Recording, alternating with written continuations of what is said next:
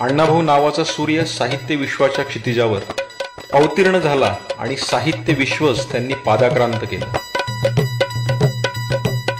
साहित्य विश्वपीठाचे ते अधिपती झाले. 1 ऑगस्ट 1920 वाटेगाव सांगली येथे त्यांचा जन्म झाला. अण्णाभाऊ फक्त 1.5 दिवस शाळेत गेले, म्हणजेच ते शाळा शिकलेच नाहीत.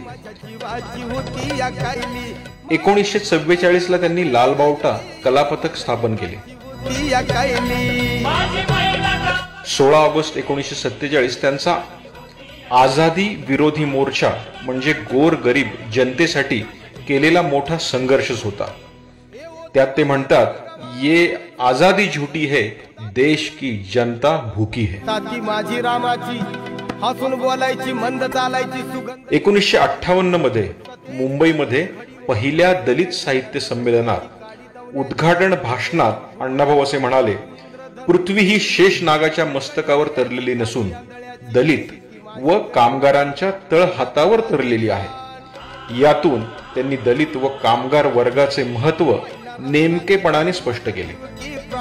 अण्णाभाऊ उत्कृष्ट कथाकार, उत्कृष्ट कादंबरीकार, उत्कृष्ट अभिनेते, पटकथाकार व उत्तम वक्ते होते.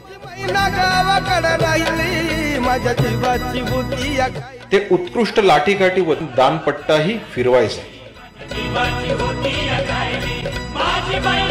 महाराष्ट्राच्या चळवळीत माझी मुंबई हे लोकनाट्य प्रचंड गाजले.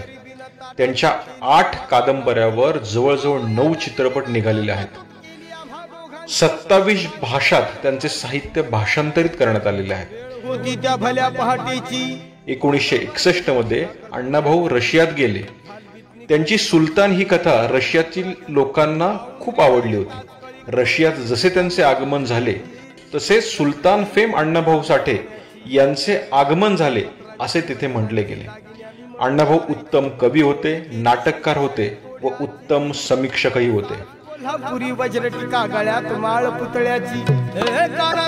अण्णाभाऊंनी आपल्या लेखणीतून स्वातंत्र्याच्या चळवळीच्या अफाट जनसागरात गुंतलेली लढाऊ माणसं हा प्रमुख घटक म्हणून उभा केलेला आपल्याला दिसतो. मागासवर्गीय, पीडित, नागावलेल्या जनतेविषयी इतक्या पोटतिडकीने लिहिणारा एकुलता एक लेखक म्हणजे आमचे अण्णाभाऊ साठेच. अशा या बहुआयामी महापुरुषाचा जन्म महाराष्ट्राच्या मातीत झाला याचा आम्हाला खूप खूप अभिमान आहे. अण्णाभाऊ साठे यांना मानाचा मुजरा करतो. जय लहूजी, जय हिंद, जय महाराष्ट्र.